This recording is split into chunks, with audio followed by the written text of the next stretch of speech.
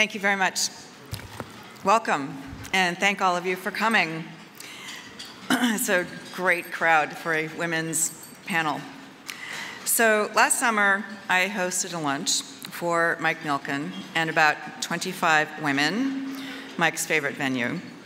And the subject was to talk about women in finance in the United States. We were all worried, and still are, about the pitifully low numbers of women who make it to the higher ranks of C-suites, boards, management of companies in this industry. The conversation got pretty passionate, and Mike asked a question. And the question was, what would you do to make the world of finance a better place for women? So you can see some of the suggestions, I think, that we came up with. Well, maybe you can't. Anyway, we're going to put some up. So as the afternoon morphed into evening, it was a very long afternoon, it was a big subject, we realized that this was actually a much bigger issue than just us in our world of finance. We realized we really needed to talk about women and girls around the world. And I'm delighted that that discussion has grown to the point where it is now an issue being addressed here at this conference. So now the question being posed is, what would you do to make the world a better place for women and girls? As Tim Geithner said yesterday, actually right up here, on his luncheon panel, the world is a dark and stormy place. I paraphrase. But it is especially a dark and stormy place for women and girls. This is an issue that is important for everybody. It turns out that there is a direct correlation between the status of women and girls in a society and the general health of that society. The lower the status of women and girls, the higher the probability that the region is poor, undereducated, that the mortality rate, especially for mothers and their children and infants, is very high, and that the region is in conflict. Think Afghanistan, Yemen, Somalia, the girls in Kenya who are being used as weapons of war. So today, we have some very special guests with us who will talk to us about some of the things that they are doing and how we can all get involved. So the point of this is to stop talking and start doing something about these issues to help women and girls and make the world a better place for us all. And with that, I want to introduce the man who needs no introduction, the chairman of the Milken Institute, Michael Milken. Am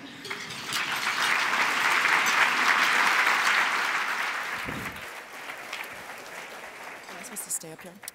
No, you don't have to. If the Speaker of the House can give a kiss to the minority leader, it's the least I could do for Diana. I'm excited to be able to join you for lunch. I first want to thank Nancy Ozeas, whose tireless efforts at the Milken Institute over the past few years have made this a reality. So thank you, Nancy.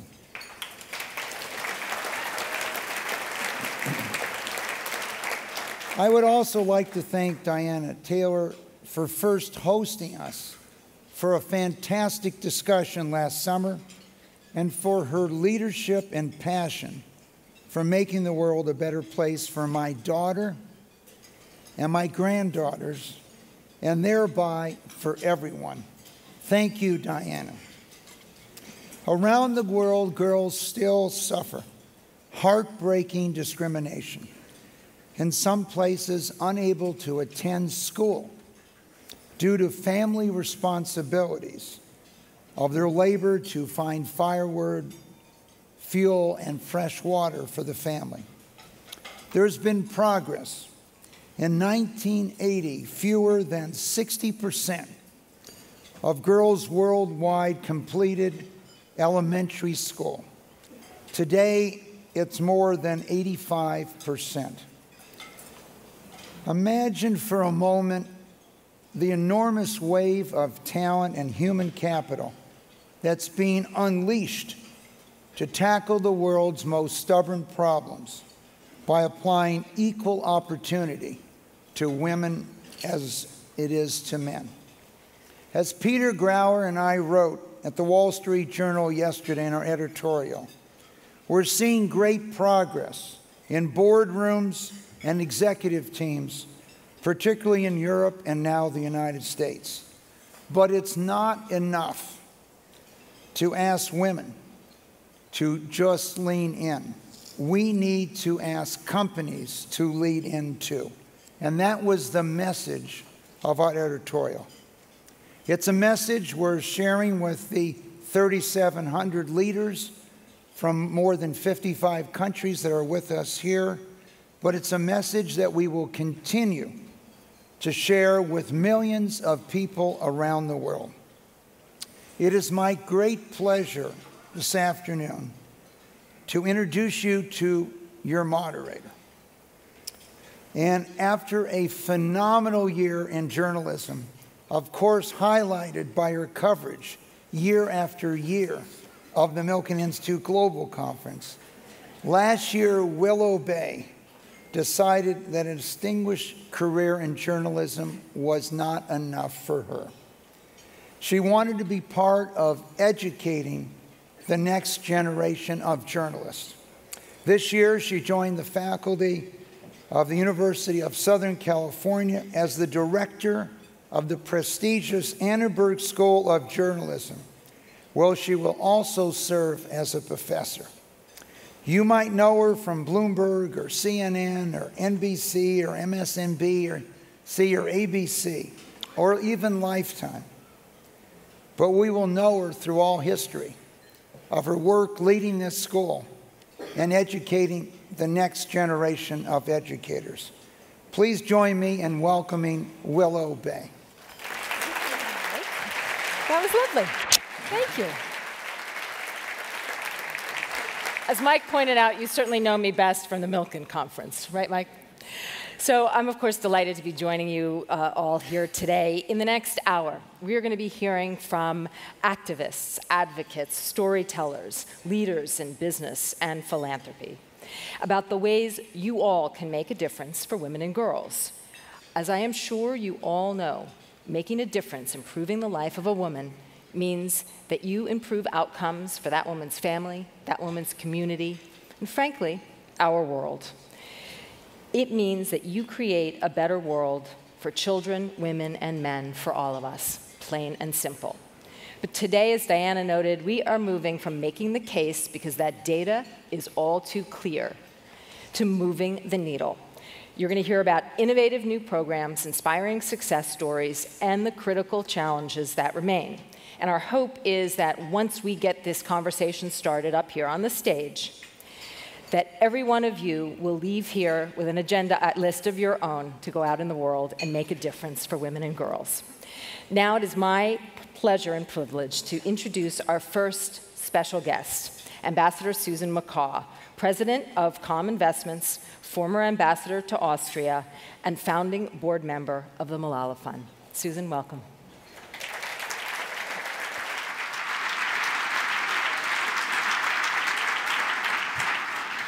Thank you, Willow, and thank all of you for being here today to learn how you too can get involved to support women and girls. My husband Craig and I have been big believers in the power of education. We know the incredible impact that it can have on lives everywhere.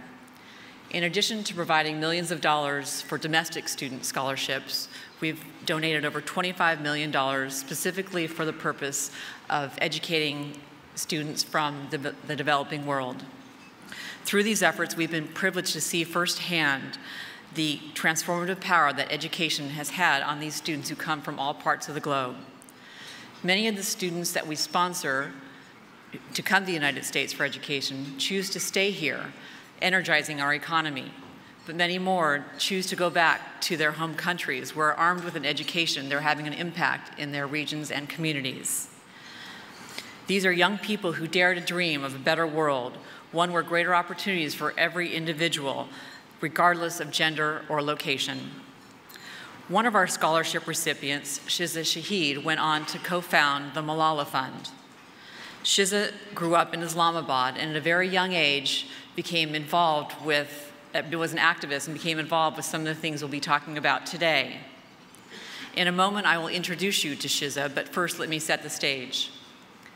This past December, Shiza and I had the opportunity to travel with Malala Yousafzai and her family to Oslo, where Malala became the youngest recipient ever to receive the Nobel Peace Prize.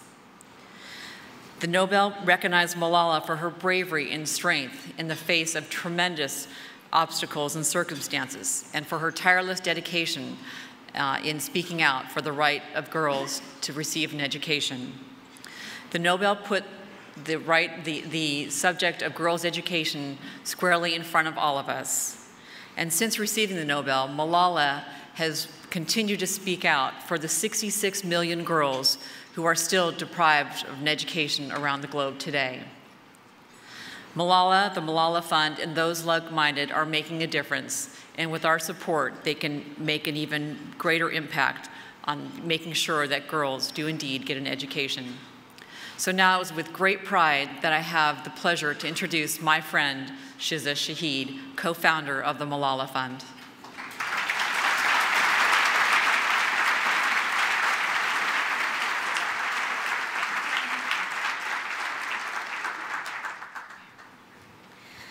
Thank you, Susan, for that very kind introduction. I would not be here today if Susan and Craig McCaw hadn't invested in me as a young woman from Pakistan. So thank you for all you've done for me and for women globally. I grew up in Pakistan as an advocate for women, and to me that meant mentoring the next generation of women, those on the front line, those risking their lives, to have their voices heard. One of those young women was Malala, who I began mentoring when she was 11 years old. She came from the north of Pakistan, a town called the Swat Valley, and she and her father risked their lives to fight against the Taliban when the Taliban began a campaign to ban female education. I had the privilege, when Malala won the Nobel Peace Prize, of traveling with her, and it was a proud moment for the global community because women and girls, and not just their struggles, but their strength, were being celebrated on the global stage. We're going to watch a clip of Malala's Nobel Peace Prize speech, but before I do that, I want to talk briefly about another activist. Last week, a young woman called Sabine Mahmood was killed in Pakistan. She was someone all of us would have been friends with. She hosted Pakistan's first ever hackathon. She was covered in Wired magazine, and she was shot 5 bullets, leaving her dead. She was killed for her activism. So as we hear Malala's voice and we celebrate her courage and her victory, it's important to keep in mind the many women who are still fighting a very difficult battle, and as we think about how we spend our time to support them and their voices and their bravery. Thank you. I am Malala, but I'm also Shazia. I'm Kainat. I'm Kainat Somro. I am Mozoon. I am Amina. I am those 66 million girls who are deprived of education. And today, I'm not raising my voice. It is the voice of those 66 million girls. Ladies and gentlemen, please welcome Founder and Chief Executive Officer, Nima Capital Partners, Suna Saeed. Hi.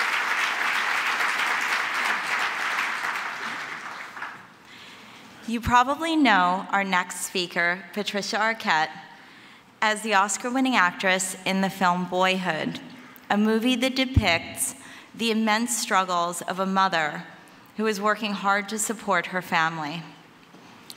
Patricia and I have actually been as close as sisters since we were teenagers.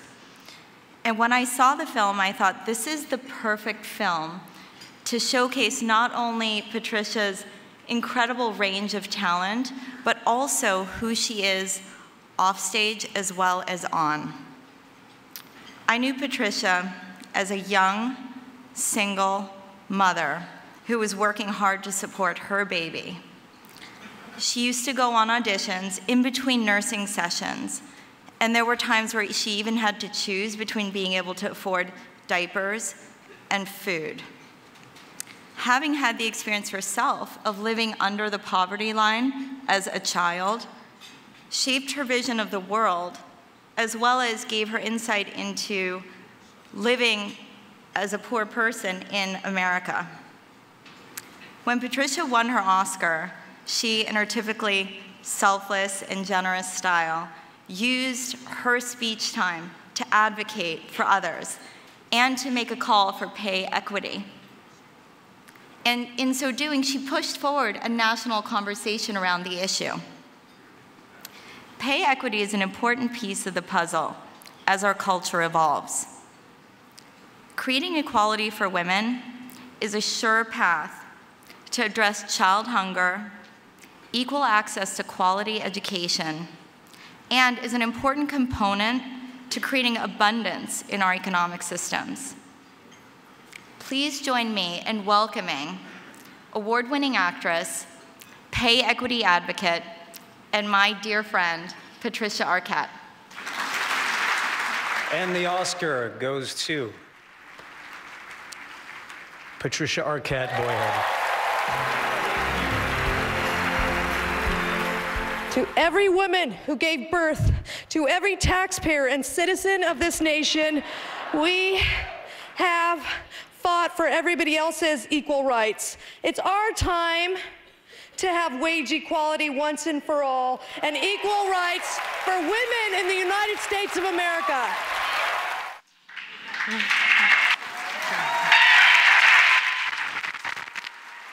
Thank you all. And thank you, Suna. You're a remarkable force in business. Suna is the founder and CEO of NEMA Capital, a fund where all of her investment platforms, the public equities, the private equities, and her fund of funds are each in the top 5% of performance nationally. But besides her great business mind, she's an incredible human being, and I'm grateful to have a light like her in the world. Thank you for letting me stand on the stage with such important agents of change. Thank you to the Milken Institute for seeing the importance of discussing issues that are impacting all of us as human beings, but particularly the 50% of us who happen to have been born as female. In today's America, 40% of households have sole female breadwinners in America. Another 30% of the women are also working to contribute to the family's income. But our legal system and our businesses have not made the policy changes to acknowledge the social structural shift of the last 60 years. Today, in 2015, in our new and enlightened age, women are still paid far less than their white male counterparts.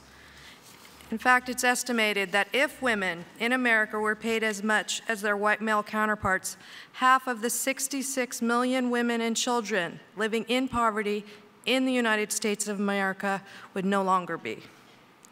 In addressing the issue of wage inequality, we will be helping millions of poor and hungry children in the USA.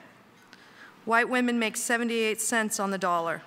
African American women make 68 cents on the dollar, and Latina women make 55 cents on the dollar.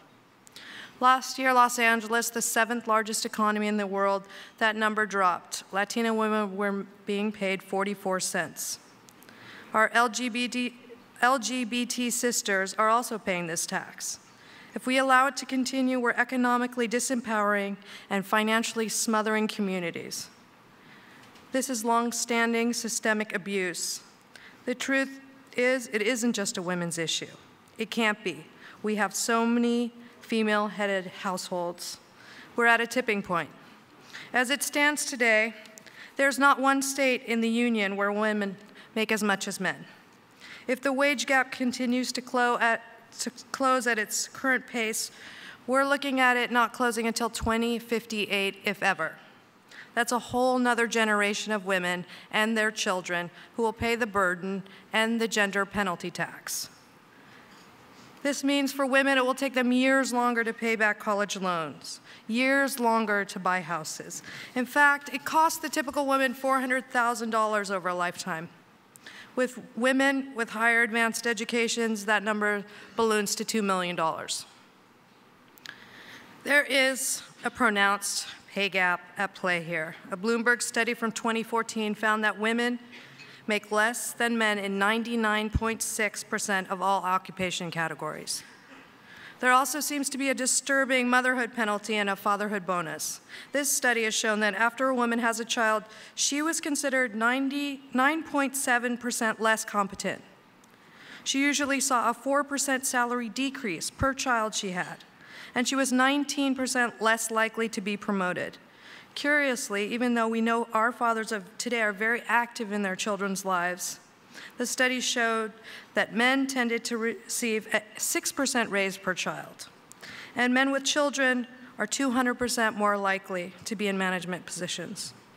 But there's good news about the situation. There are companies, like some of the companies in this room, you could become one of these companies, breaking rank and challenging pay inequity. So let's consider the action taken last week by one of the most respected innovators in the tech industries, Salesforce, which announced that it would conduct a complete audit of its payroll and give women raises if they make less than men for the same work. This is the fastest growing software company in history. This audit is part of a broader effort by Salesforce called Women's Surge that is making other changes to address the fact that 85% of its leadership is male. Salesforce, which is one of the strongest companies on the tech market, knows what you all know in this room, that treating women fairly helps you attract and keep top women talent. And it's good for businesses. Your female customer base, your shareholders, make decisions that impact your bottom line. Here are some ideas that are gaining traction. Avoid making your offer based on an applicant's previous pay. Since women and people of color often experience pay gaps of 20%, previous salary will ensure that their offer salary is lower than others, and not because they're less skilled or qualified for a higher salary. Be transparent about the ranges for each position when you hire. And take this really important next step. Be transparent about your non-discriminatory factors that will influence your decision about where in that range your offer will be. For your current employees, be transparent and consistent about the factors that actually guide your pay decisions. In other words, let your workers know what you pay for each job and why. Sumall, a data analytics company who utilizes wage transparency, have a 10% turnover compared with their industry's 30 to 50%. Show your companies that pay equity is important to your company. Let your employees talk about pay with other employees without fear of reprisals. Pay secrecy is a primary reason that pay discrimination festers in this country. And get legal advice about whether your factors that guide your pay decisions are actually business-related and not discriminatory. This really is critical. Get your legal advice early, not in a lawsuit. Then after you've been transparent about factors that show you've guided paid decisions, follow the lead of Salesforce and conduct a pay audit. Now I have some suggestions on these pay audits from conversations with equal pay leaders. If we're going to get this right, we have to not look at the exact same job and job title. Look at jobs of comparable nature. Calling something different when the work is of the same value is how companies expose themselves to legal risks. To learn more about that, you can contact the ERA advocates to take the Fair Pay Pledge. Make sure your audit across different locations of your work. Are you paying men in Fresno more than women in San Francisco for the same job? And how does that make sense given the higher cost of living in San Francisco? Take a look at the big picture by comparing the overall pay of men and women in your workplace. What are your numbers? How many women do you have in higher positions? If women make far less overall in your workplace, is it because men are in positions of the highest paying jobs? Ask yourself what you can do about it. Look at the structures for promotion, further training. Is your company really being fair to women across the board? Are women being given a fair shot to advance at all? And if not, what can you do to change it? So at Salesforce, for example, Mark Benioff is trying to make sure that women make up at least 30% of all attendees at any company meeting. So that's from large-scale management meetings with 500 to 1,000 attendees, to product reviews with 10 to 20 attendees.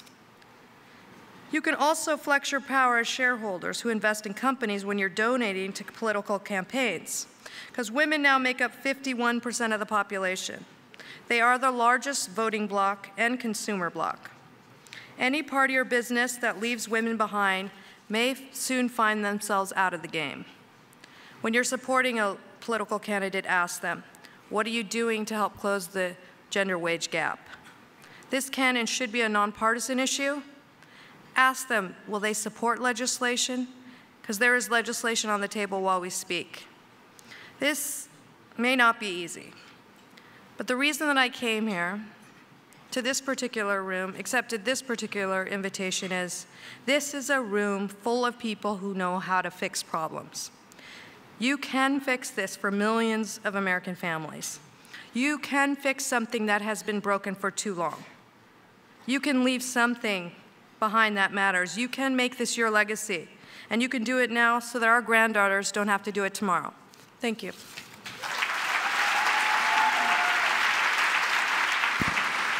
Ladies and gentlemen, please welcome CEO of Newton Investments and founder of the 30% Club, Helena Morrissey.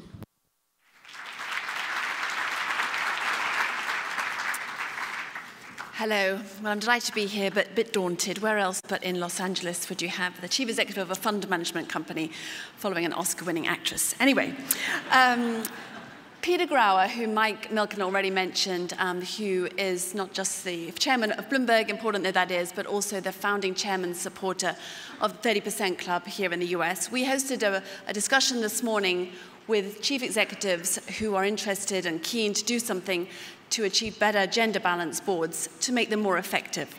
Now, of course, inevitably, and Patricia touched on a number of the issues, but there is a lot still to do, many impediments still. We find ourselves in the US with more men named John, Robert, William, or James on the company boards in the US than there are women in total, with all the names.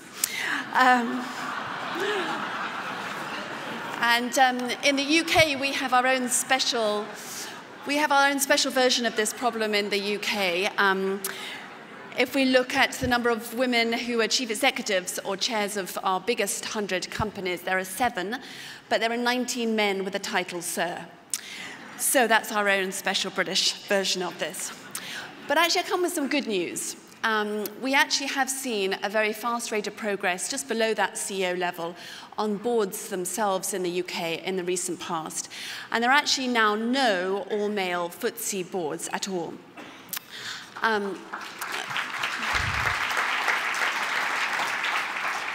in fact, the percentage of women on boards has just about doubled from around 12% to 24% in just 4 years since the 30% Club started.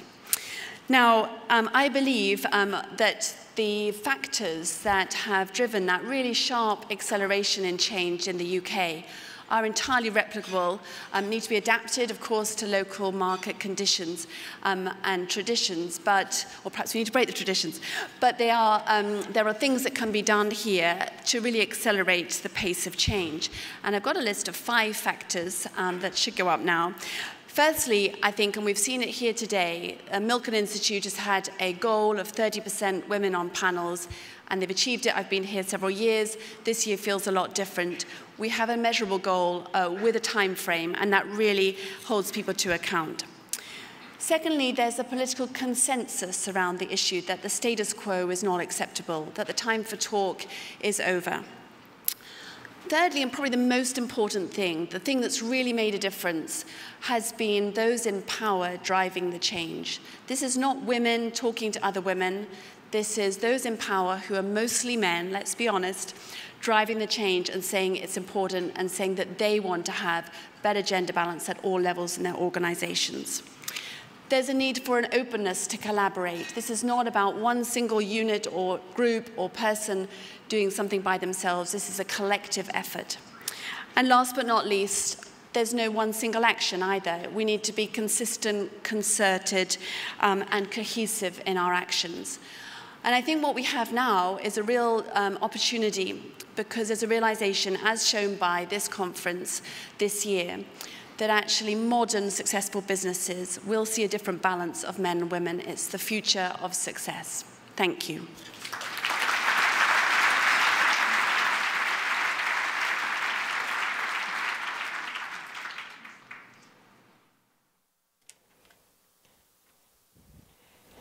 I actually think Helena deserves a second round of applause for what she's accomplished. And a second round for Nancy Ozeas and Mike Milken for making that a reality here at the conference. Now I'd like to introduce you to a master storyteller who is using her sizable skills and her sizable network on behalf of girls around the world. Co-founder and CEO of Girls Rising, Holly Gordon. Holly?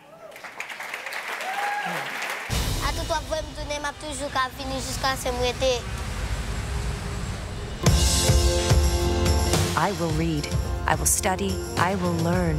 If you try to stop me, I will just try harder.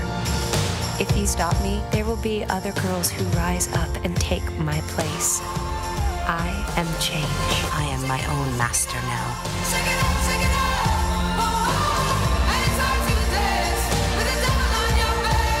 I feel as though I have power. Now there's nothing to stop me. I feel I can do anything.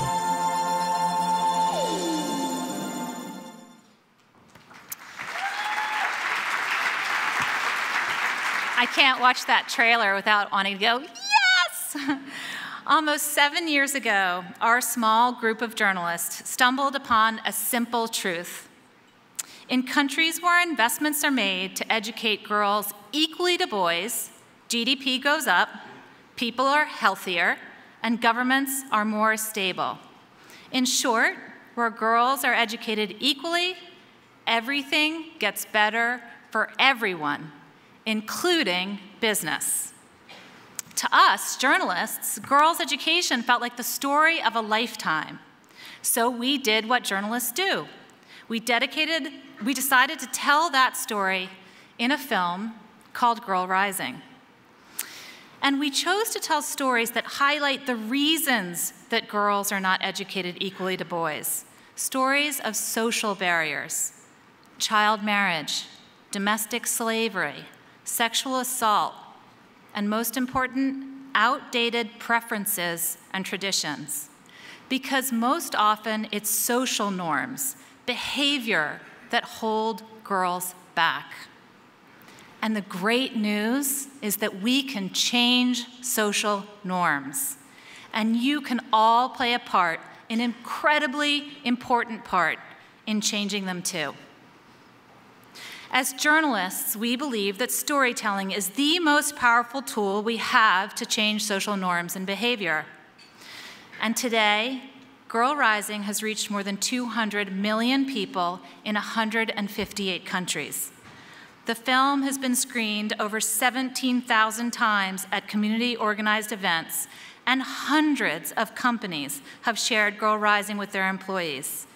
Intel, Charles Schwab, Bobby Brown, Google, PwC, and more. And it's working.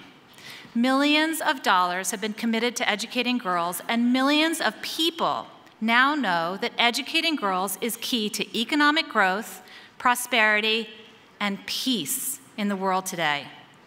But we are just beginning, because it will take all of us, everyone in this room and beyond, to achieve all the change that is possible.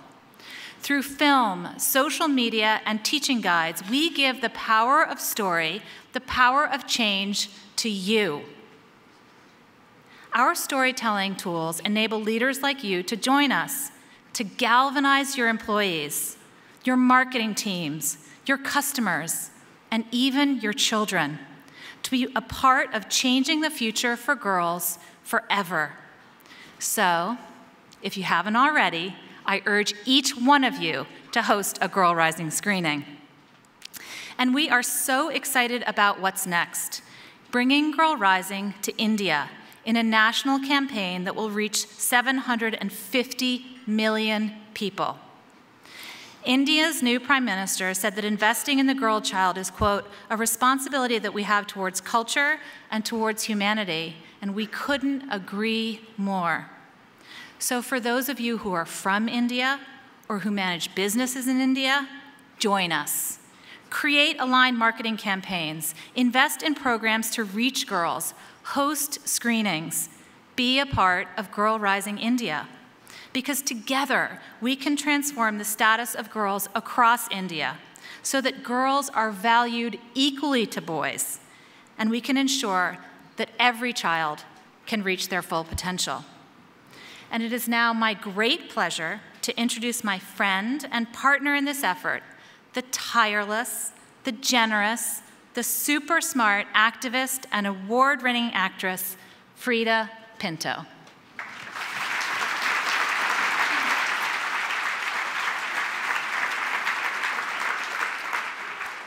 So in 2011, I was shooting this film called Trishna in India, in rural Rajasthan. And as part of my prep and research for the film, I wanted to meet girls who Trishna could be modeled after. So I had to meet girls from the similar socioeconomic background that she was from.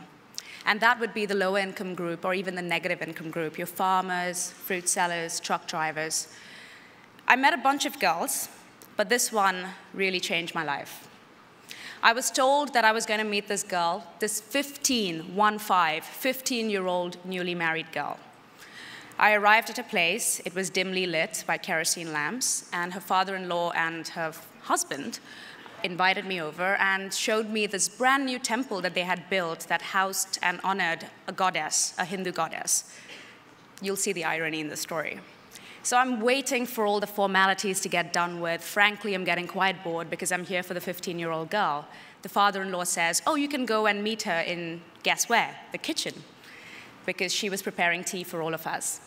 So I walk into the kitchen, and there she is, this frail body and her bangles jingling around as she picks up the ingredients to make tea. Usually with a 15-year-old, the best icebreaker conversation would be to talk about school. So my first question to her was, how was school today? And she looked at me and very calmly responded that she does not go to school. Okay, so that pretty much means 99% of all my icebreaker topics were dead. Anyway, I pushed it further and I asked her, well, have you ever been to school? And her eyes lit up and she beamed when she said, yes, I have been to school. Okay, so that opened the conversation again.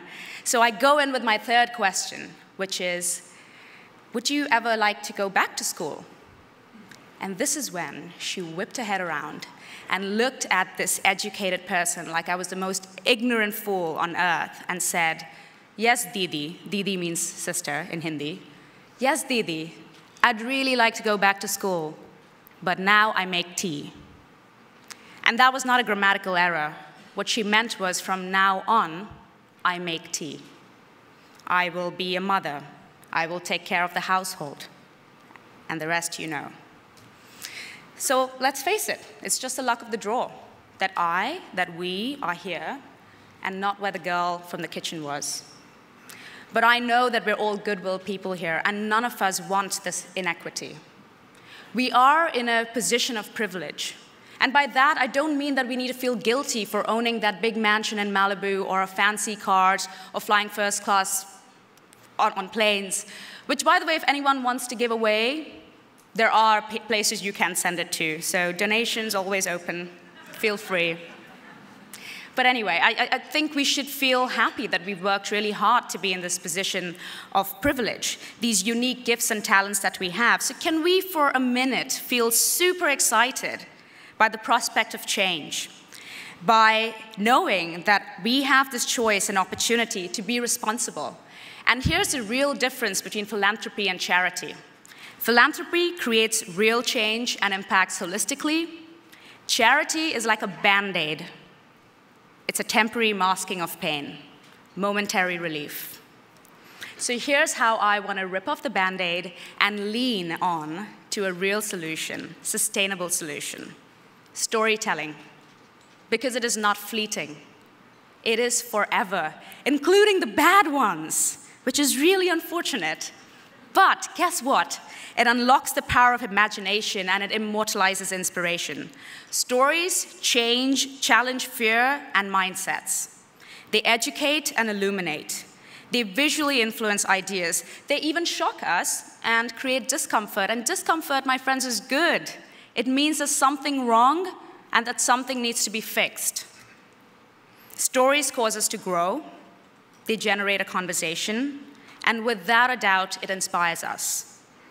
Stories, and good stories in particular, we feel compelled to share and spread it around. Stories can change behavior. And so as a very proud producer of Girl Rising India, I want to let all of you know that we took the film to India and we dubbed it in Hindi, and we're going to dub it in other regional languages as well. And we've got the best of the best from Bollywood to be partners with us in this endeavor. But what happens after we tell the story? Storytelling does not just end at unlocking the power of imagination, at least not our storytelling.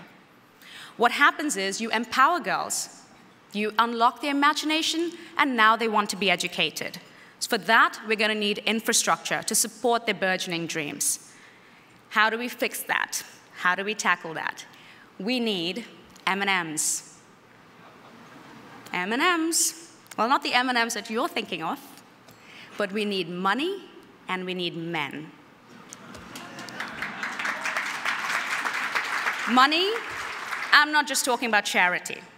I'm talking about making smart investments. Well, it is very easy to distribute sanitary pads. It's harder to talk about sexual education and reproductive health.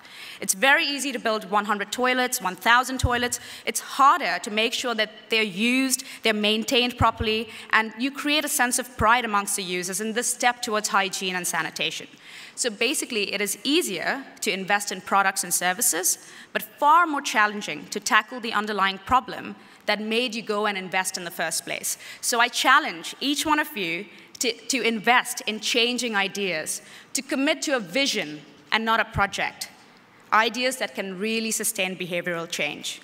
And of course, men, they're my favorite part of M&Ms, because we can dream, but we cannot fulfill the dream of an egalitarian society without your support. We really need you. At Girl Rising, we want to tell brave stories of girls, but we also want to tell brave stories of men, men who support women in every walk of life, fathers, brothers, husbands, boyfriends, all of them. Women's fight against oppression is not just a women's issue. If we really want to tackle this problem, we have to address the pressures of masculinity. And by that, I mean these labels: provider, protector, dominant, leader. Through storytelling that is not polarizing or platitudinal, we want young men to be able to challenge misogyny and to negotiate their identity without being demonized. And therefore, I want to take this one moment in this room. I look around and I see there are so many men. So can I please ask the women to give the men in this room a big hand for coming here and listening to us? Thank you. You men are our hope as well, which brings me to the topic of hope. Without hope, all of what I just said was an absolute waste of time. We have to hope and believe that these ideas will come to fruition and that these girls will be empowered. We have to believe that one girl with courage is a revolution. I am so excited right now because there are 300 million youth in India who are waiting for their dreams to be invested in. Can you imagine the potential that we can unleash into this world, the responsible leaders and future businessmen and women that we're going to have? My heart's literally beating out of its chest. You know what? Okay, let's do this. It's very silly, but let me ask all of you to put your hands on your heart. Do you feel your heart beating? Well, that just means we're all connected. So the most effective way to do it is to do it. Thank you.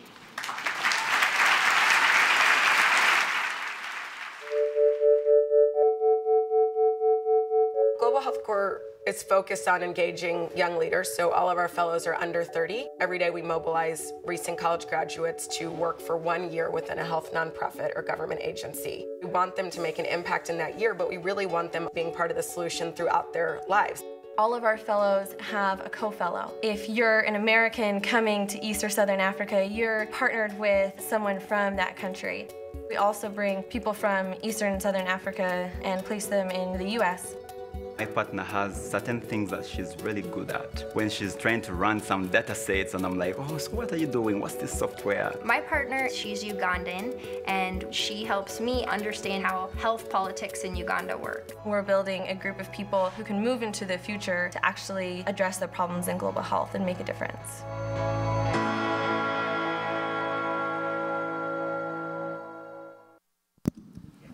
Ladies and gentlemen, please welcome CEO and co-founder of Global Health Corps, Barbara Bush.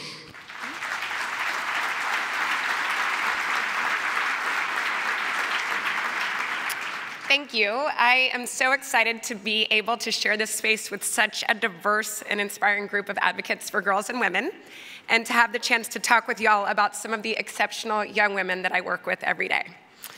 As you might have seen in the video, we founded Global Health Corps in 2009 with the belief that health is a human right and that where someone is born shouldn't determine whether they live. We are creating the generation of leaders who will change the face of health around the world. We set out to build a movement that is strong, innovative, and solutions-driven, to invest in young people from diverse backgrounds, whether they are architects or engineers or public health professionals, and to provide them with the training and skills they need to affect change. We had seen how Teach for America had changed the conversation about education via young leaders, and we wondered if we could apply a similar model to global health. Today, we work in 5 countries in East and Southern Africa, and we work in 4 cities in the United States, Newark, Boston, DC, and New York, because we all know that health inequities also affect the US. And women and girls are at the center of why we do what we do, as women are especially vulnerable to system failures and access barriers, simply because we were born women. This looks different in rural Rwanda than it does in downtown Newark, but our fellows are fully engaged in finding solutions. From increasing access to family planning and girls' education, to ensuring that HIV-positive women have access to the drugs that they need to give birth to HIV-negative babies, women's health interventions are a critical investment globally. Without health, a woman cannot maintain sustainable employment and the status, agency, and choice that comes in hand. But, of course, women and girls are not just an at-risk or vulnerable group. We are a driving force for change and oftentimes architects of the solution. This year, 63% of our Global Health Corps fellows are young women. Our upcoming class of 150 fellows was selected from 11,000 applications, so we have a pretty strong group of young women. And they are building their leadership skills and flexing their muscles as health system strengtheners.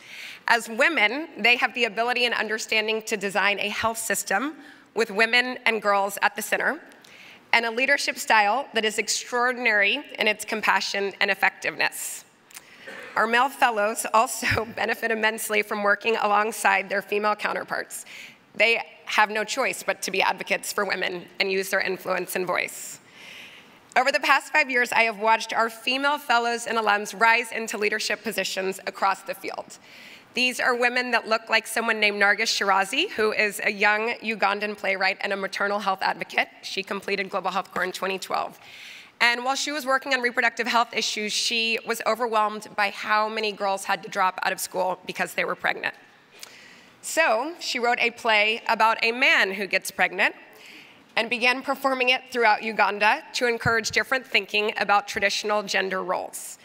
Nargis in her play caught the attention of Melinda Gates, who named her as one of the 4 most inspiring women she met in 2013. Or Maria Amelie, a 2014 Global Health Corps fellow who graduated with honors as one of Rwanda's first architects. Amelie is working to confront the fact that 1/3 of the people living in Rwanda are affected by tuberculosis, which is an airborne illness, so if anyone in here has TB, we're all exposed. She is using her architecture and design background to change the way that health centers are built throughout Rwanda, changing the way that air flows so that whoever walks in the door isn't affected by infectious diseases.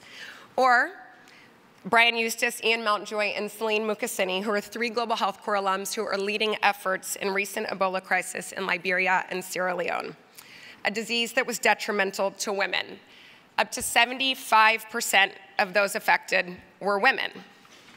Nargis, Amelie, Ian, Brian, our 600 Global Health Corps fellows and alums, motivate us every day, and they represent the powerful notion that young people can make an impact while gaining the skills that they need to be leaders throughout the rest of their lives. And we're extremely proud that 90% of them continue to work in the field of global health. We know that this is just the beginning. We can't wait to see what the world will look like in a few years when 5,000 Global Health Corps alums are placed in influential positions, whether they are the Minister of Health in Rwanda. I know President Kagame is here, and multiple of our fellows are working for him. Whether they're the Minister of Finance in the country where they're from, whether they're running the Gates Foundation, we know that this young talent will impact a field that needs solutions. And we know that the world will look profoundly different for women and girls the more that we bring creative ideas and talent to fields that need them. So I would encourage you all to do what our fellows have done, and that is to find their voice. When issues affect 50% of the population, it's not just a women's issue, it is a world issue. And for all of you that wonder how you can use your voice, and particularly men in the room, I encourage you to think about the women in your lives. I will never forget, my dad was lucky enough to have 2 daughters, no sons, and I will never forget being 7 years old at a Texas Rangers baseball game. And a good old boy from Texas came up to my dad and said, "You know, aren't you sad you don't have sons?" My dad said, "Why would I be sad I don't have sons? I get to spend time with 2 brilliant young girls." So, for all of you that don't know how to use your voice on behalf of women, you can do it on behalf of your wives, your children, your mothers, whoever. And I'd also encourage you to think about how you are mentoring young leaders who can change the world. It is now my honor to introduce Her Royal Highness, Princess Rima bint Bandar Al Saud of Saudi Arabia, the founder and CEO of Afkar. تحدثي فلنتحدث عن أنفسنا وعن كل من سبقنا. أمل. خلينا نتحد ونتشارك في قضيتنا. انصتوا إلى كل نداء يعلو. انضمي إلينا وضمي صوتك إلى أصواتنا. تشافي معنا في وشاح وحدتنا هذا. انهضي كامرأة، انهض كرجل، انهضوا معنا هنا، انهضوا معنا الآن. نحن أمهاتكم، نحن زوجاتكم، نحن آباءكم، نحن أزواجكم وأشقائكم وبناتكم وشقيقاتكم وأهلكم. فلنقوى باتحادنا. 10,000 قويات، 10,000 وأصواتهن قد سمعت. 10,000 واعيات، 10,000 ضد السرطان.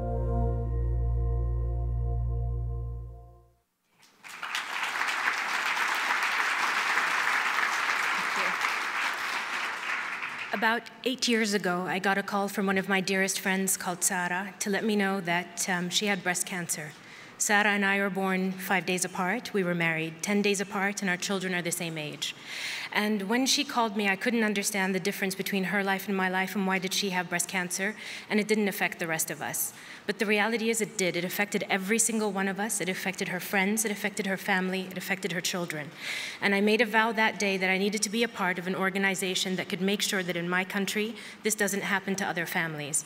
Sarah was of the financial means where she could travel the world to take care of herself. Not every woman in my country, which all of you recognize as an oil producer, is one of the wealthiest countries in the world. You need to understand that wealth isn't just financial. Knowledge is wealth, and education is wealth. So the organization that I work with, Zahra Breast Cancer Association, our mandate is to educate the women of my country on early detection and total health in order to not fall into the same pitfalls that women that are not educated fall into. What does early detection mean for us? It means not only the physical process of examining yourself, it's about the knowledge to know that the way I eat, the way I sleep, and the way I think, the way I engage affects my health. 10KSA that you just saw is a campaign that we're launching for October. And I'm here to ask for your support to believe that 10,000 women in Saudi Arabia, where I understand that you all believe we cannot do many things, but 10,000 women in Saudi Arabia, October 24th, are going to get together and stand shoulder to shoulder and form a human awareness ribbon to tell the world that yes, our health is important and we are fully aware that our health is important. Our campaign is not exclusively breast cancer related, because when I thought about this campaign, to have 10,000 women come to one location and learn about one subject would be heartbreaking. So we've reached out to organizations that deal with emotional, mental, physical, and environmental well-being to educate these women on a total global health awareness concept. Because if a woman can understand, like I said before, that the way you think affects the way your body behaves, the way your body behaves and the way you ingest things and the way you raise your children is all one ecosystem, I think we'd all be a healthier nation. But equally, we'd be a healthier world. When you look at this video, you saw women from all walks of life, you saw men from all walks of life. Some of them were athletes, some of them were dressed traditionally, some of them weren't. Some of them were doctors, and some women covered their face. I don't believe it's my role to judge a woman based on what she wears. My role is actually to educate them and open up doors for them where they can be aware of what they want for themselves. If they choose to cover, that's their journey. If they choose to uncover, that's their journey too. But my role is to uncover for them the truth of health education and health awareness. So what I'm asking of you all today is not just to believe that we can do this. I'd love for you to go online and join us at 10ksa.com. I'd love if you have knowledge that could be disseminated that you think would be valuable for the whole world to hear.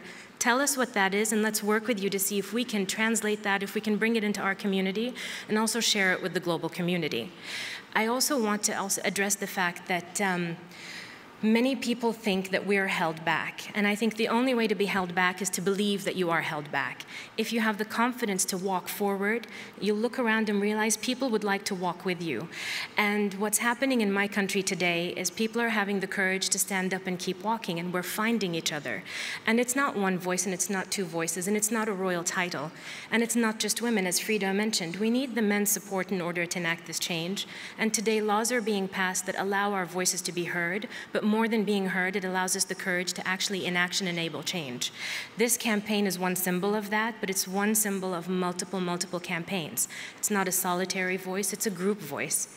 And health awareness is something, particularly in my part of the world, is extremely difficult when you're talking about women's health issues. How am I supposed to go and address a woman who is covered and explain to her why she needs to touch herself, when she is actually afraid of the fact that if she finds an illness in her body or feels unwell, that she could be replaced by the next best model because her husband's going to move on?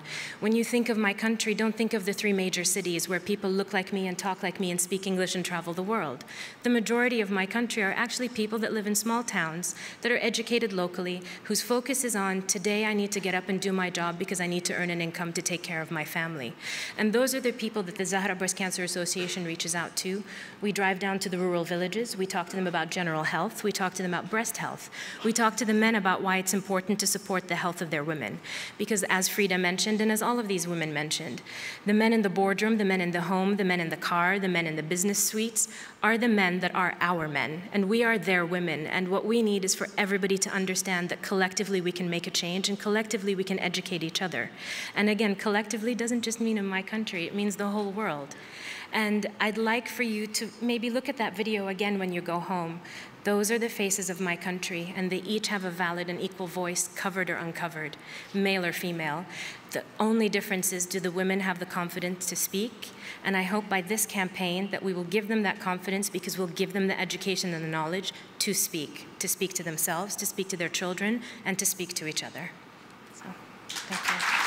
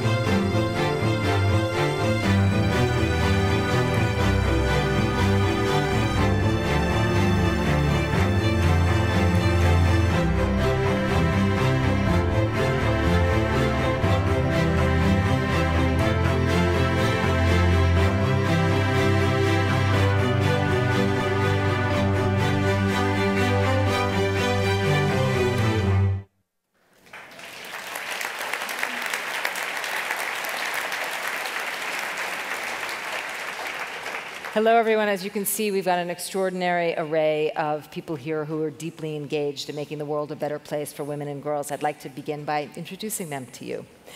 Madame Fulleruncho Alakija, she is Group Managing Director of the Rose of Sharon Group and Executive Vice Chairman of Famfa Oil Ltd. His Excellency Paul Kagame, President, Republic of Rwanda. Cherie Blair, founder, Cherie Blair Foundation for Women. Ambassador Deborah Birx, U.S. Global AIDS Coordinator and Special Representative for Global Health Diplomacy, Department of State. Precious Malloy Motsepe, founder and executive chairperson, African Fashion International, co-founder and vice chairperson, Motsepe Foundation. And Howard Taylor, vice president and managing director, Nike Foundation. As you see, I was not exaggerating when I said this was an impressive group. President Kagame, I think we'd like to begin with you.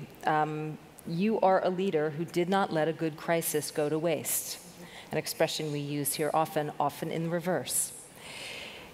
You rebuilt your nation after liberation, and one of the cores was equal participation of women in government and civil society. You have achieved remarkable results. You're the first country to have a parliament that is majority female. That alone would be a singular accomplishment. You have a justice system where women are present at all levels of law enforcement. You also have new laws to increase economic independence. Women can own and inherit property. Why did you make equal participation of all members of your society a central core to the rebuilding of Rwanda? Well, thank you. Our history, our problems have taught us many lessons, and one of the lessons is to value everybody, and therefore, on the basis of that, allow everybody to participate. And we look at all Rwandans as equal, therefore means men and women. And men and women have both suffered, given our tragic history, but they have also participated together to make sure that we rebuild a shattered country. And it doesn't make sense. It's just, in fact, some of us, and in Rwanda, many increasingly have taken it for granted that the country is for all of us, and equally we share the benefits of what the country has to offer, and therefore we all have to be engaged in that. But it comes with a mindset. We had to change mindset in a sense that previously there was many problems for our women and girls, as you see across in many other countries.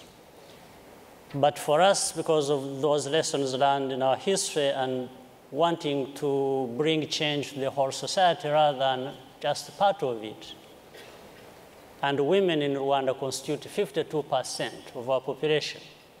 So how do we talk about rebuilding a country? How do we talk about improving the living standards of our people, and we leave behind 52% of our population? It just doesn't make sense.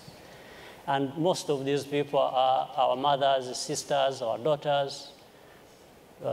So it doesn't make sense that for me, a father of children, I have 3 sons and 1 daughter, I don't have to be thinking about how to treat one different from the other. They are all my children. And if I am looking at things like that, I imagine that's what every Rwandan wants to see, his or her family. So based on this, that's why we have encouraged, that's why we have invested in our people, both men and women. That's how girls have come to go to school and are benefiting from it. Take a moment just to brag about your accomplishments, and what are the benefits? Just share with us a few of the benefits that you have seen from equal participation of women. For example, in the last 12 years, we have had economic growth of between 7 and 8%. 7 and 8% over the past 12 years? Yes. And this is because everybody has participated, including women. And the investments we have made in our people, young people, girls and boys, this has contributed to that. There is no doubt about it. And when we have seen women educated, women participating at all different levels of decision making, when you have seen women numbers in the parliament contributing to the laws that have got to be made and policies that are put in place to improve the lives of the people, and women have made sure that fellow women are not left behind. But they do that successfully by working together with men, those of us who think it's the right thing to do, it's the best thing to do, to make sure that nobody is left behind, and therefore we make sure that women who have historically been left behind are pulled to the forefront. Mrs. Alakija, we just heard the president talk about not leaving people behind, not leaving women behind. You have focused your efforts at the Rose of Sharon Foundation on widows and orphans. Tell me a little bit about your story and why you focused your efforts here. I come from a family of 52 children. I'm number 8 of those children. It's a polygamous setting, and my parents didn't have any formal education. And my father felt that the education he didn't get, he'd like to give it to his children. Fortunately or unfortunately, I was the first of his children to go abroad to study in England with my half-sister. We were in England for about 4 years before we came back to Nigeria to continue our education. But I got nostalgic. I wanted to go back to England. And I told my dad that I wanted to study law. He said, no, you can't study law. You're a girl. You're going to get married, and that's the end of his surname. So I followed his orders. I went back to England, studied the secretarial course, came back, started working in a bank. I was there for about 12 years. And within that period, I moved from one department to the other because I was ambitious. And I left the secretarial line, and I headed the corporate affairs unit. And from there, I moved into banking. In moving to banking, I had to attend an in-house banking course. And I was in a class with graduates and MBA holders. We had to do an exam at the end of it. And out of the 11 of us that took the exam, I came 5th. So that, for me, was a pointer that, you know, if they could do it, you know, I could just as well do it. So it encouraged me anyway. I left the bank because my dream was to go into business. So I decided to go back to England to study fashion design. I can see that, I'm sure you can see what I'm wearing.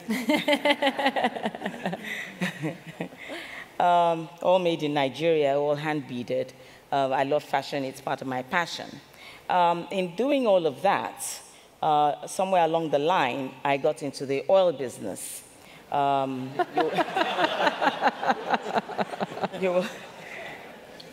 What you will get to realize is that the African countries have a lot of opportunities.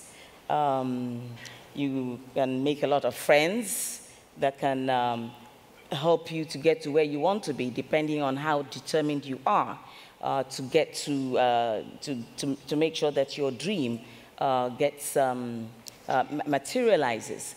I was brought up to work extremely hard and to be honest and to have integrity, and all of that paid off along the line. I've always been someone who has always loved challenges and never takes no for an answer. Can't is not in my dictionary. I don't know whether it's in yours. But I didn't think that just because I'm a girl that I can't do whatever a man can do. I've never seen myself in in a weak position. I see weak positions as opportunities to be able to get to the next level. So somewhere along that line, I began to get closer to God. And I told God that if he would bless me, that I would work for him all the days of my life. Because it was getting very difficult to get to where I wanted to be, and that was to get the oil license to explore and exploit an oil block. After I made that decision and that covenant, there were several times that I had to fast for 40 days, for a whole week, no food, no drink. I got the license after about 3 years. And then it took another 3 years to get technical partners. And in doing that, we realized that the allocation that we got was one nobody really wanted. Because when I went knocking on the doors of our next door neighbors, a multinational oil company, they said, oh, we were allocated that block, but we returned it because it's too expensive to explore, and it's in offshore, it's a deep offshore block, which is almost 5,000 feet deep, and that technology had not reached that water depth. So went away with drooped shoulders, but never want to take no for an answer. Carried on looking for technical partners. Anyway, it took 3 years to get technical partners. Others had said, why don't you just sell the license? I said, no way, we're not selling this license. I had the opportunity of having the backing of my husband at the same time, and my children, so because it was a family business. So it's good to partner with the men. It helps. Good to partner, but tell us. It helps. It does help. Yes. Tell us, if you will, about your work with widows and orphans. Yes, I was coming to it, sorry. Don't forget that I made that covenant with God.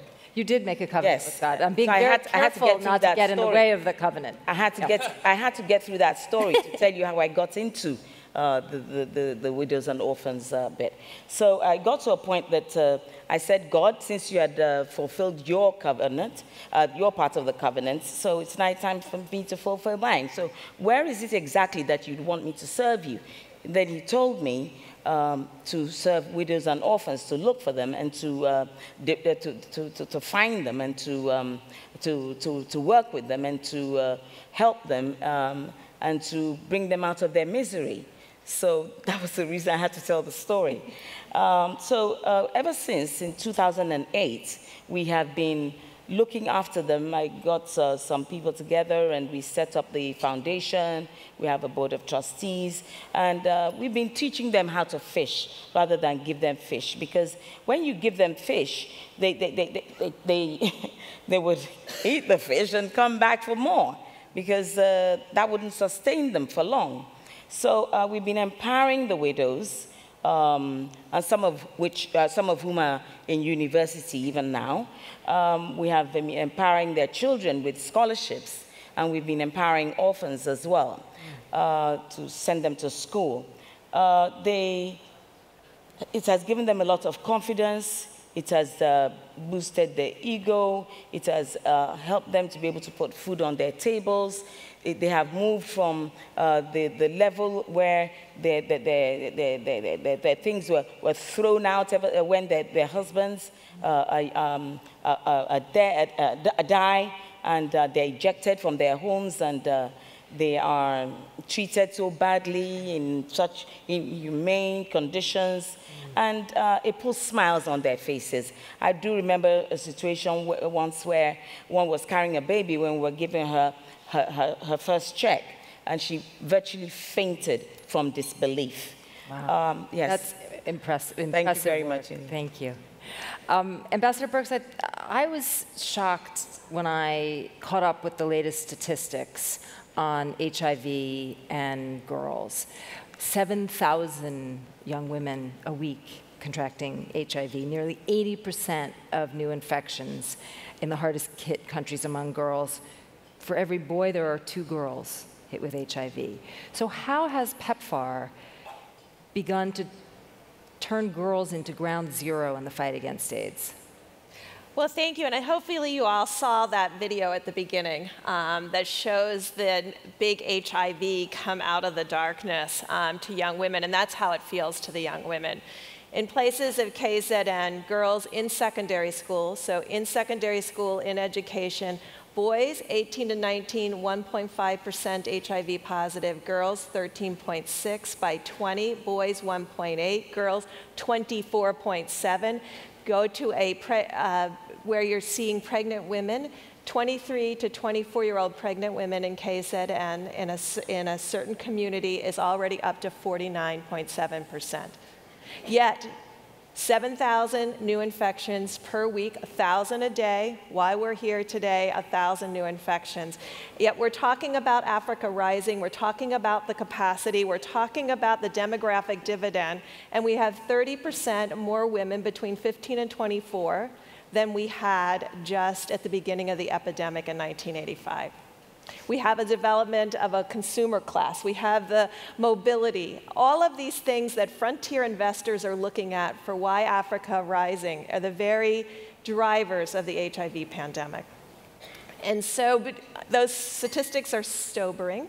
And so we launched what we call DREAMS, which stands for Determined, Resilient, Empowered, AIDS-Free, Mentored, and Safe Women, to make it clear that you need all of those pieces. And we partnered with the Nike Foundation and the Bill and Melinda Gates Foundation to bring not only resources to the table, but business intellect and marketing intellect that will know how to reach young women where they are with messages that will resonate with them to keep them HIV negative. It is a big task. It's the one group we have not significantly impacted infection rates in, despite the great success of PEPFAR, of 7.7 million people on treatment, people living long and productive lives, the life expectancy in Africa rising back to where it was pre-HIV AIDS. But in the shadows, there's been this ongoing and unrelenting infection in young women. And so this partnership, and this partnership that you all could be part of, is really trying to bring that kind of statistics. You all are working in many of these communities. We're happy to give you these statistics so within your communications with the government, with your communications with the businessmen in South Africa or Nigeria, to talk about the epidemic as it is today, and really continue to make people aware, because I bet most of you are shocked by the numbers. I bet you couldn't imagine a place where half of the women are infected by the time they're 24. Yet this is the reality that we're still dealing with. AIDS is not over, and it's a partnership to bring together the best of knowledge and capacity with empowerment to change the face of this current really scourge on young women. Africa will not rise with 25% of the women having HIV, a chronic disease for which there isn't a cure. Treatment, yes, but imagine your daughter at 23 having a disease that she'll have the rest of her life and could eventually kill her before she's even had her first child. So there's a lot to be done and a lot to be done together. Howard, if you will, tell me a little bit about Girl Effect Global and why Nike Foundation believes that you can address poverty by targeting adolescent girls. Sure. A few years ago, when I moved from a career in the British government working on foreign policy and development to the Nike Foundation, my 11-year-old son thought I'd finally got a decent job, and a job he could understand. And I had to explain to him that I wasn't actually making or selling what I now call sneakers and used to call trainers. And I explained to him that there were two different sides, or there are many sides, but two particular sides to development. And I had come from an environment working on what I considered to be the supply side of development, the vital supply of infrastructure, of schools, of health clinics, of water and sanitation, and all the things that any well-functioning economy and society needs. But what attracted me to go and work on the Girl Effect with Nike was working on the demand side. And what I mean by that is what we refer to now as the 5+1. We think of 5 things that every adolescent girl needs: health, education, a safe space, economic security, voice and rights. But we also see that even when those things are available, even when those things are provided, adolescent girls so often are unable to access them. And that's often because of what I call the demand side factors. Whether it's culture, whether it's religion, whether it's economics, whether it's community dynamics, there are all sorts of issues, all sorts of reasons that people attribute for girls not being able to access it.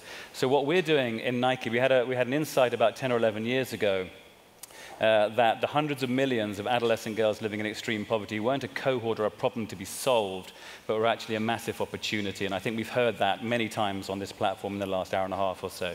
And we took that insight and we took the way that Nike approaches building goods around designing for an elite athlete and then selling that product to all consumers by designing for girls with girls, and particularly the power of brand and marketing and communication that the company is so well known for. And what we're now doing is taking that model, that holistic 5+1, particularly with a focus on the +1, the demand side, and we're working in countries in Africa at the moment. We're in partnership with PEPFAR and others to really think about how we can change that demand equation. What are the barriers to adolescent girls accessing the goods, the services that are provided for them? So we're using branded media platforms, we're using digital technology, where we're doing a lot of work now on data and trying to look for the patterns in big data around adolescent girls, to connect adolescent girls so that they see themselves differently and those around them, their fathers, their mothers, their brothers, their priest, the teacher, the imam, all see them differently. We're partnering with President Kagame in Rwanda, with some of our most progressive programming there, a brand platform called Ninya Minga,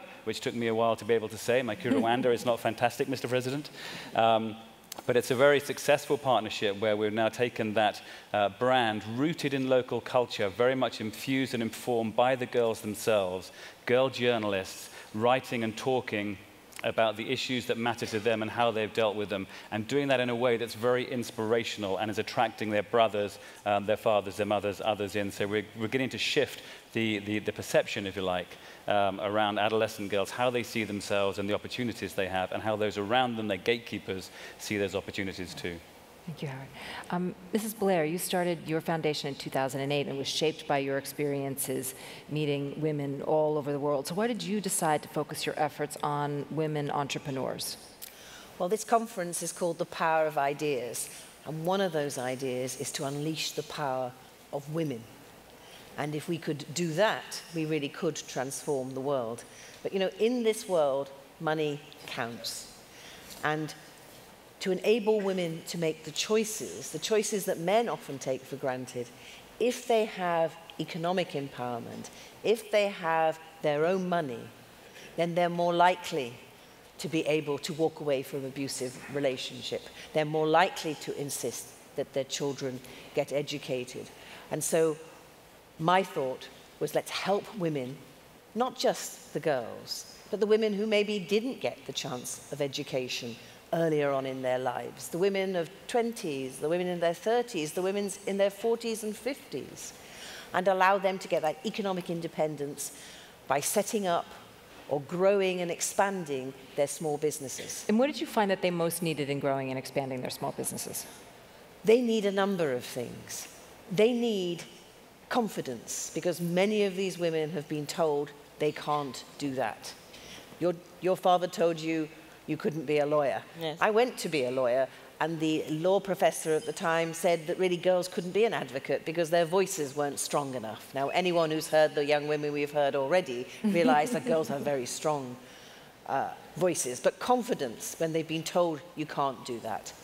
They need capacity, they need skills, because, as I said, many women don't have that education. So we give them business training. And they need, like every entrepreneur, access to capital. But for women entrepreneurs, it's even harder to get access to capital because of the cultural norms, the social norms that don't take women seriously, because of the laws in many countries that say if you don't own property and you don't have registered property, then we're not going to lend you any money. Then women find it even harder to get access to capital. And across all our programs, we use technology, because you can do business training, you can help give women confidence in small groups, for sure. But actually, if you can harness the power of technology, you can do, as we have done, you can deliver to 100,000 women in Nigeria, Indonesia, and Tanzania what we call our Businesswoman app, which is a series, it's a year-long course of hints and tips designed at the market women level that has enabled 80% of them to say that they've found new business, 90% of them say that they've got new ideas. And so through technology, we can take that information and reach so many more. The other thing we do with technology is our global mentoring platform, because everybody needs a friend, a mentor.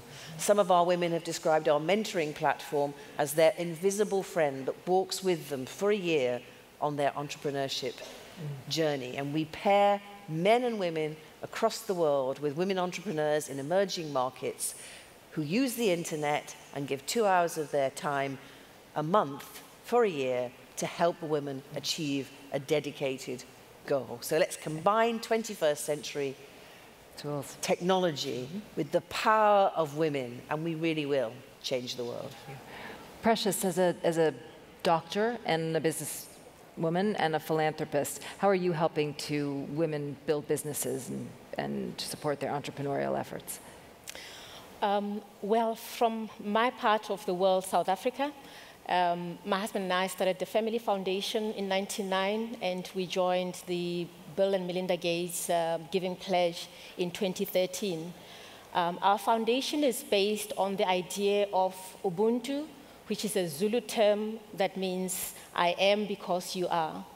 I grew up in the township of Soweto, and if I can point to the one thing that has helped me to advance in life a lot, it's my education.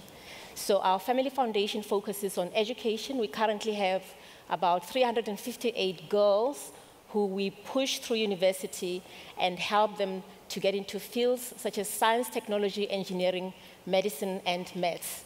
We feel that is important because there is a lack of young women and girls in those fields. The other thing that we do is to support women-owned businesses, because we believe that the face of poverty on the continent is usually feminine. And to assist in reducing the levels of poverty in Africa and in South Africa, we need to get more women owning their own businesses, because we know that when women have the funding, they have the money, they invest it often into their families, as in health, education, and they grow more stable families. We also believe that we need to support young people to get into business as well. So we focus also on youth unemployment, which is as high as 60% in South Africa. Great. Briefly, we have a very short amount of time left. What would you like to ask this audience to do to help you in your efforts? Ambassador Birks, I'll start with you. Well, I think being educated about the factors in every part of your life where you work, so that you can be an exponential voice, because you're dealing with the sector that we really need support to have awareness. The ministries of finance, the ministries of mining, the ministries of social welfare, pieces that we don't normally get to interact with. And I think that you can have a very complementary voice to raise awareness. Howard? Remember that they're girls before women, and it's much easier if you can invest upstream. You can leverage much more, because it's much harder to reverse downstream. Think of making girls visible in not just the data, but the thinking, your planning, and in your businesses. And the ideas, the knowledge, the networks, the tools, digital tech, you've heard it all here already. But all of that stuff, you may feel it's very familiar to you, but in some of the areas we're working in, we're just beginning to scratch the surface of the potential for some of those things, cloud, big data, tech, etc. And so we're very much in the market for partners that we can work with to take the ideas and the progress we already see to scale much more efficiently and much more quickly than we are able to do right now. Precious? I was brought up by a father who believed a lot in me. He gave me so much confidence.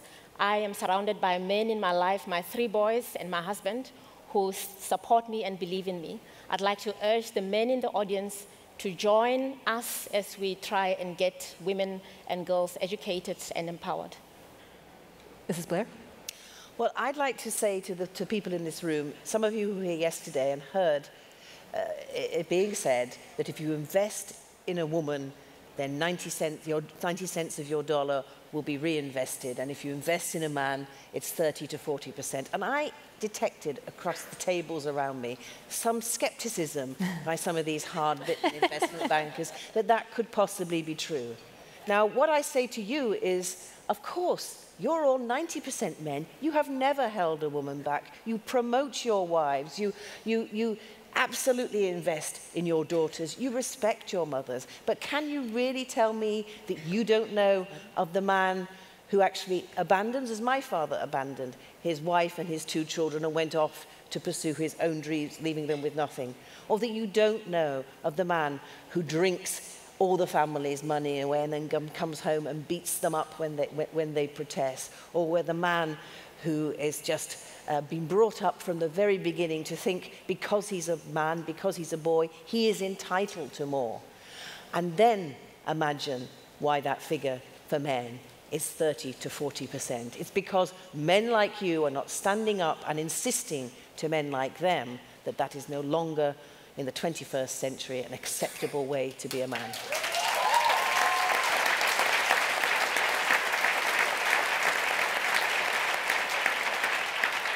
President Kagame, if you will, I would like to invite you to make some closing remarks and conclude the panel. I would be happy to say that gender parity, to achieve it, is a joint project between men and women, where women leverage their power, their potential, which they should work towards and which men should allow to happen as well.